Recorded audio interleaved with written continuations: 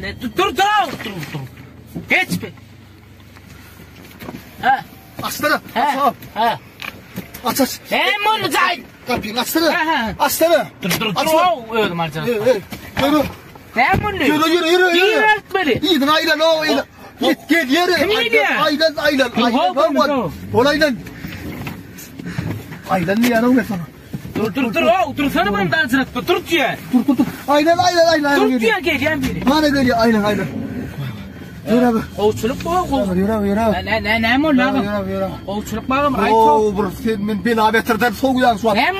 Benim film bilavetirden alıp var ya şu an. Ay bir kovuçluk mu? Niye var? Gönlü iyi de gaferet. İyi de gaferet. Beyler gönlü. Ha böyle. Gidiyor. Fogul lan gidiyor. Pol çatrak. Pol.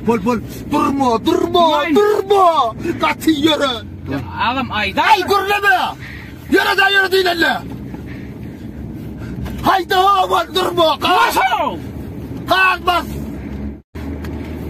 Ağam kim geliyor? Yürü. Nire etmeli.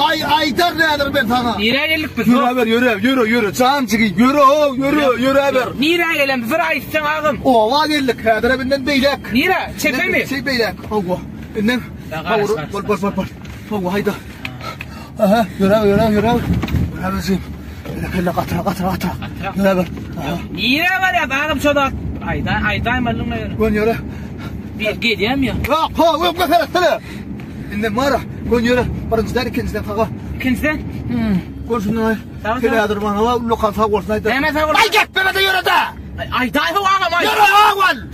Ne mi dedin? Gol gidiverdi Allah. Yürü çıkayım yürü durma. Doğru var ya ağam. Agua. Yürü abi. Sen hakkı beyle aylak geç. Gol. Tam nireleri getirdin. Bekle be. Senin halisin kim edeceğim? Sen sağ olsun haydarsın diye ne? Ne sağ olsun? Bana bir istat olmalı ağam. Ay men şu sen bir adam kurtarıp var yanlışın niye mi bir beterden kurtardım yürü ağalli Yettik mi? yetip var ya Niye yaptı? şundan uğur Nire? hanla Şunun uğur dur tak mı? uğur dur var Ha. bol durun usta Ne? vallahi içine hayra kadar Ağam kovuçluk mu ne var düşünür ne var? Hiç adam anaklı yani yoksa ne adım şey etmeden getirin oğa han dar yolu ak bolsun